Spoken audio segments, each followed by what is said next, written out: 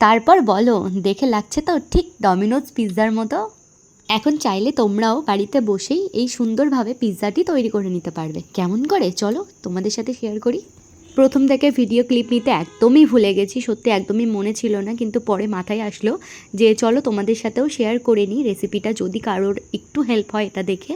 কিন্তু আমিও এটা ফার্স্ট টাইমই ট্রাই করলাম, আর আমি নিজেও ভাবতে পারিনি যে এত সুন্দর হবে। আমার কাছে যেহেতু পিৎজার কোনো মোল ছিল না, তার জন্য কিন্তু আমি থালার মধ্যেই পিৎজাটা তৈরি করেছি, এবং দেখো পুরো ডোটার মধ্যেই কাঁটা চামচ দিয়ে ফুটো করে নিয়েছি।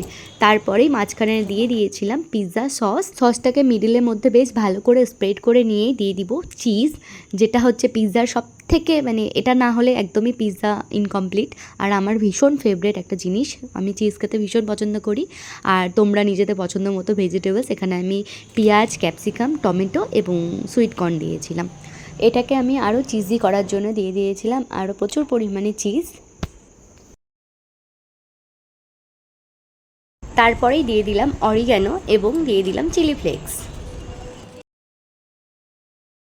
দিয়ে ব্যাস রেডি হয়ে গেল আমার পিৎজা। এখন এটা তোমরা গ্যাসেও কুক করতে পারো, বা ওটিজি মাইক্রোওভেন থাকলে সেটাতেও করে নিতে পারো। আমাদের বাড়িতে যেহেতু ওটিজি ছিল, তো আমি এখানে ওটিজিতেই ইউজ করেছি।